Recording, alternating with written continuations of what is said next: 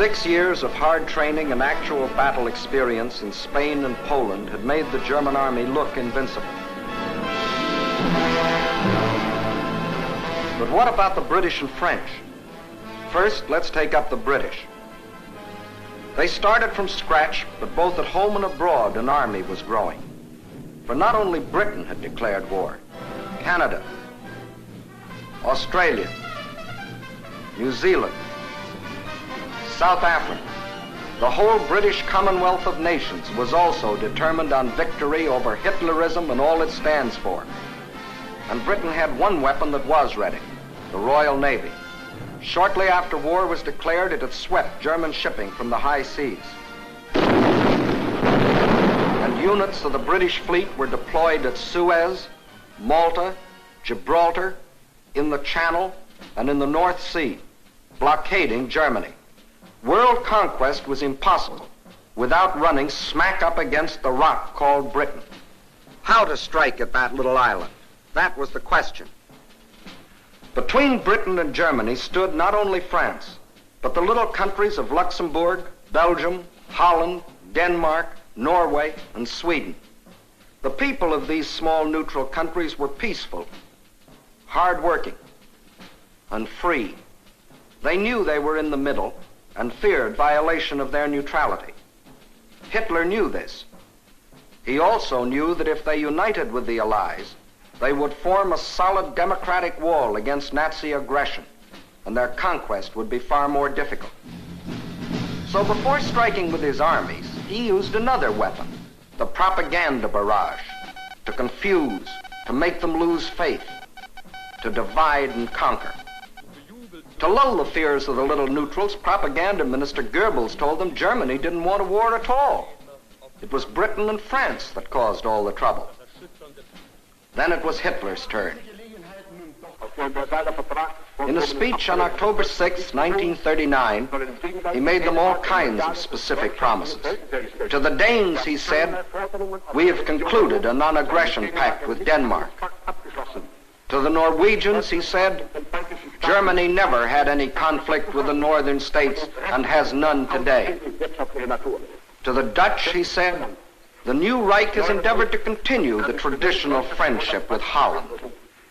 And to the Belgians, he announced, "The Reich has put forth no claim which might in any way be regarded as a threat to Belgium." And while Hitler was making these promises, his generals were cold-bloodedly picking out the first victim, Norway. And why did they pick Norway? Its many steep inlets or fjords would make excellent U-boat bases, from which raiders could prey on British supply lines. Also, it would give the Nazis vital air bases. This is Scapa Flow, British naval base, and this the blockade fleet. At this time, the German-based bombers couldn't reach them. Possession of bases on Norway's western shore would bring these vital British defenses under easy bomber attack. But he couldn't take Norway without also taking tiny Denmark, the springboard for his attack. So at dawn on April 9th, 1940,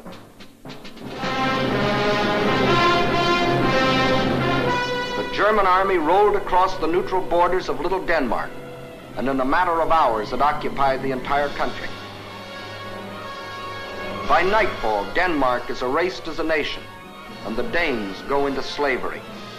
Although only 6 months before, Hitler had announced, "We have concluded a non-aggression pact with Denmark. The Danes will not forget." Meanwhile, in Norway, peaceful-looking German merchant ships like these had sneaked inside Norway's neutral waterway and tied up at all principal ports. That is, they looked like merchant ships.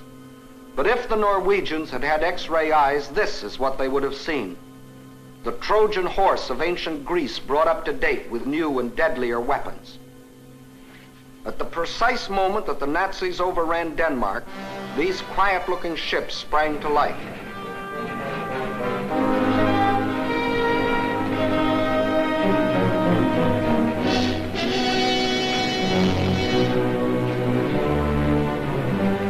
At the same time, Nazi warships, discovered along the entire coastline, started steaming up the Norwegian fjords. Ships, transports, tanks, men, planes, all flung themselves simultaneously upon a defenseless country. Airborne infantry seized every strategic Norwegian airport. The whole job was made easier by treacherous fifth columnists, led by Major Quisling, who seized power and issued orders to suppress resistance. Nazi warships steamed past silent guns that could have blasted them out of the water.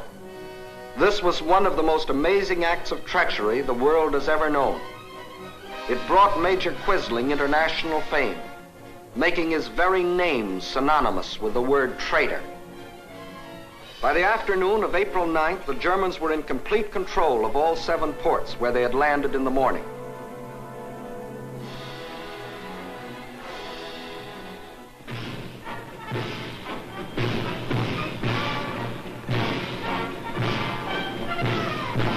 For the first time in more than 200 years, the people of Norway saw an invading army parading through their cities. Many of these Nazi soldiers, strutting as conquerors in 1940, had last seen Norway some 20 years earlier, when, as refugee German children, they had been raised and cared for by kind Norwegians. Now these same Germans were back to repay that kindness with terror and destruction. Once they had occupied the capital, the Nazis quickly fanned out in all directions. But loyal Norwegian troops stopped one German column between Hamar and Elvera.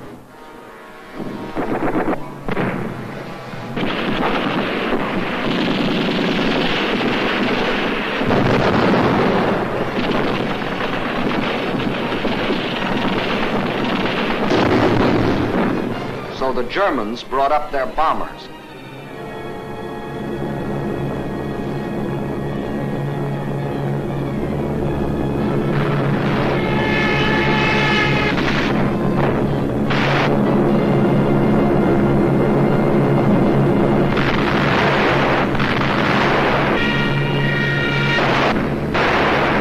Norwegians were forced to flee to the north under constant and unopposed air attack.